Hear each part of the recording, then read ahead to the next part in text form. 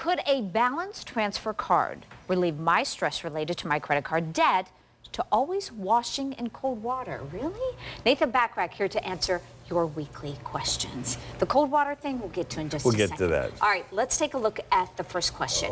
So I owe $8,000 on a credit card. It's causing me stress. I have an offer for a balance transfer card with no interest until July. And you say, good idea, not so good idea. I would be very careful. Whenever somebody offers you a balance transfer and then says, oh, but if you don't happen to be able to fulfill all the obligations, it's a 21% interest rate. Ooh. They're not doing this out of the goodness of their hearts, okay? Mm-hmm. And when somebody says to me, oh, the money's coming. Yes. I really, maybe it's in... When? Oh, yeah. The check's in the mail. Yeah, I'll call you. Yes. The money's coming. These could be the three great lies. And inheritances, by the way, after taxes and attorneys and everything else, tend to be a little bit less, maybe a lot less than you ever anticipated. You know, forget the perfection of theory with this transfer. The mess reality is, if you can't take the amount of money that you owe on this balance and pay it off over 11 months out of your existing budget, I would say if you've got good credit, go back to the original card issuer and say, hey, how about we lower my interest rate and I'm going to pay this card off, and you can cut a deal over there. I like that for reducing stress. If the money comes along, hey, you can always pay it off. Really? So most of the time they'll go for a deal?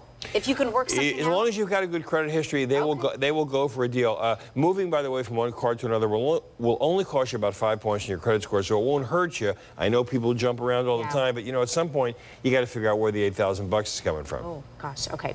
Next question. I need to buy life insurance, but I'm a smoker and I know I'll pay more. If I quit smoking, can I pay the non-smoker rate? Yeah, you can, but I'll tell you what, it's going to take you 2 years of not smoking.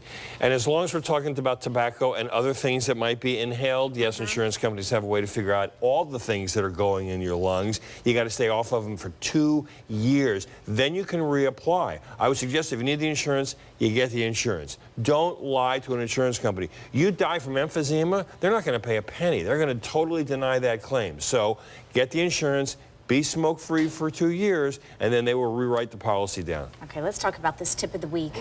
Do you do the wash at your house? Well, sometimes. You know what? Wait. I do the wash. I'm not allowed to get anywhere near the dryer. I have ruined more clothes than...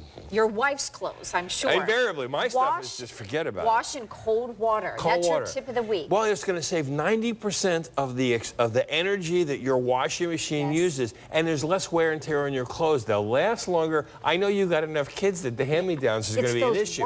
It's those whites. I need that hot water. You don't need that hot water. Okay. Tracy, I'll work with you on this. You don't need that hot water. If you have a Simply Money question, log on to our website, fox19.com, and click on the Simply Money link. You can hear Nathan 5 days a week from 6 to 7 on 55 KRC.